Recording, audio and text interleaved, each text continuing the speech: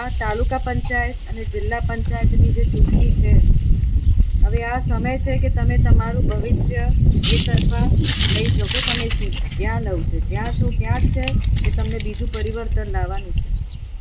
આમ આદમી પાર્ટીના જિલ્લા પંચાયતનો ઉમેદવાર, સેડીવાસન જિલ્લા પંચાયતનો ઉમેદવાર પરેશભાઈ રાઠવા છે અને વગદાન જાંબી તાલુકા પંચાયતનો ઉમેદવાર આપણા વિરાંગભાઈના ફાધર છે. તો તમે બધા એકબીજાને ઓળખો જ છો, બધા યુવા છે, તમારા માટે દોડી શકશે અને તમારા માટે કામ કર્યું પણ છે. તો એ એક ધારણા છે કે આગે પણ આપણા માટે એ કામ કરશે. તો આમ આદમી પાર્ટીના જે આ ઉમેદવારો છે, તમને બહુમતીથી એમને જીતાડવાનું છે. ખૂબ લીડથી એમને જીતાડો, વોટ આપો. ભાડું ઝાડું વાળો જે કહીએ આપણે, જે આપણી લોકલ પબ્લિકને સમજ પડે, ખાસ કર તો બહેનોને સમજાવો કે આપણે ભાડાને વોટ આપવાનું છે અને ખૂબ લીડથી તમે આ સીટ જીતાડો. તો એટલી હું પ્રાર્થના કરું છું. આપણે કવાંટ તાલુકામાં આમ આદમી પાર્ટીની બોડી બેસશે, જિલ્લામાં આપણા પ્રતિનિધિ જશે, તો એ તમારા પ્રશ્નોનું ઉજાગર કરશે, એ તમારા માટે કામ કરશે. કલેક્ટર ઓફિસ હોય, જિલ્લા પંચાયતના ઓફિસમાં હોય, કવાંટ તાલુકાનો ઓફિસ હોય, મામલતદાર હોય. અમે વચ્ચે એક પ્રશ્ન કરેલું, વિરાંગભાઈ આવેલા કે અહીંયા જે સ્કૂલના બાળકો છે ને, એમને બહુ તકલીફ પડતી હતી સ્કૂલ જવામાં.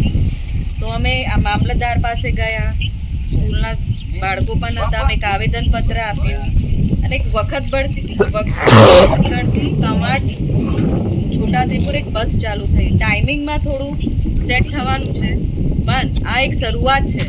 આપણે બહુ કામ કરવાના છે. કવાંટનું પુલ જે તૂટલું હતું એના ઉપર આમ આદમી પાર્ટીના કાર્યકર્તાએ આંદોલન કર્યું, તો એ પુલ આજે સારું બની ગયું ને. આપણે તો રોજનો રસ્તો છે.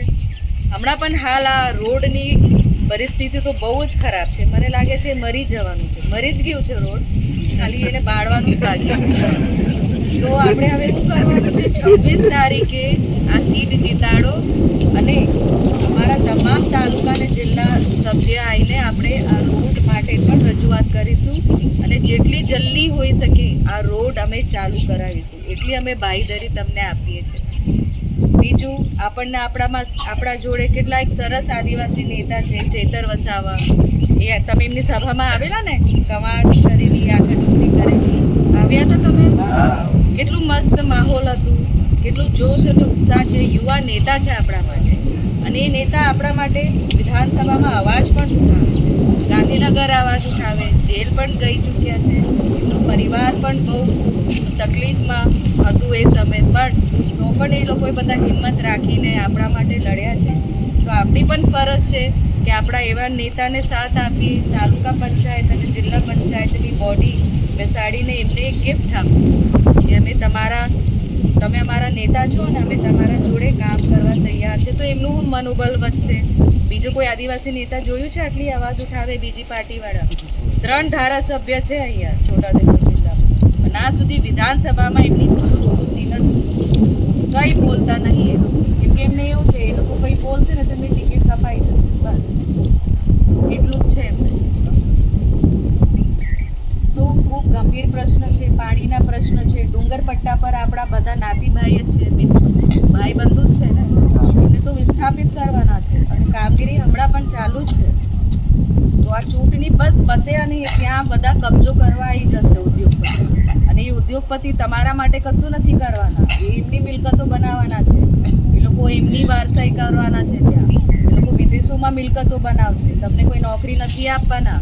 એ લોકો તમારા માટે કોઈ સ્કૂલ નથી બનાવવાના, એ લોકો તમને વિદેશ નથી લઈ જવાના. એ તમારી જમીન લઈને તમને ફેંકવા માંગે છે.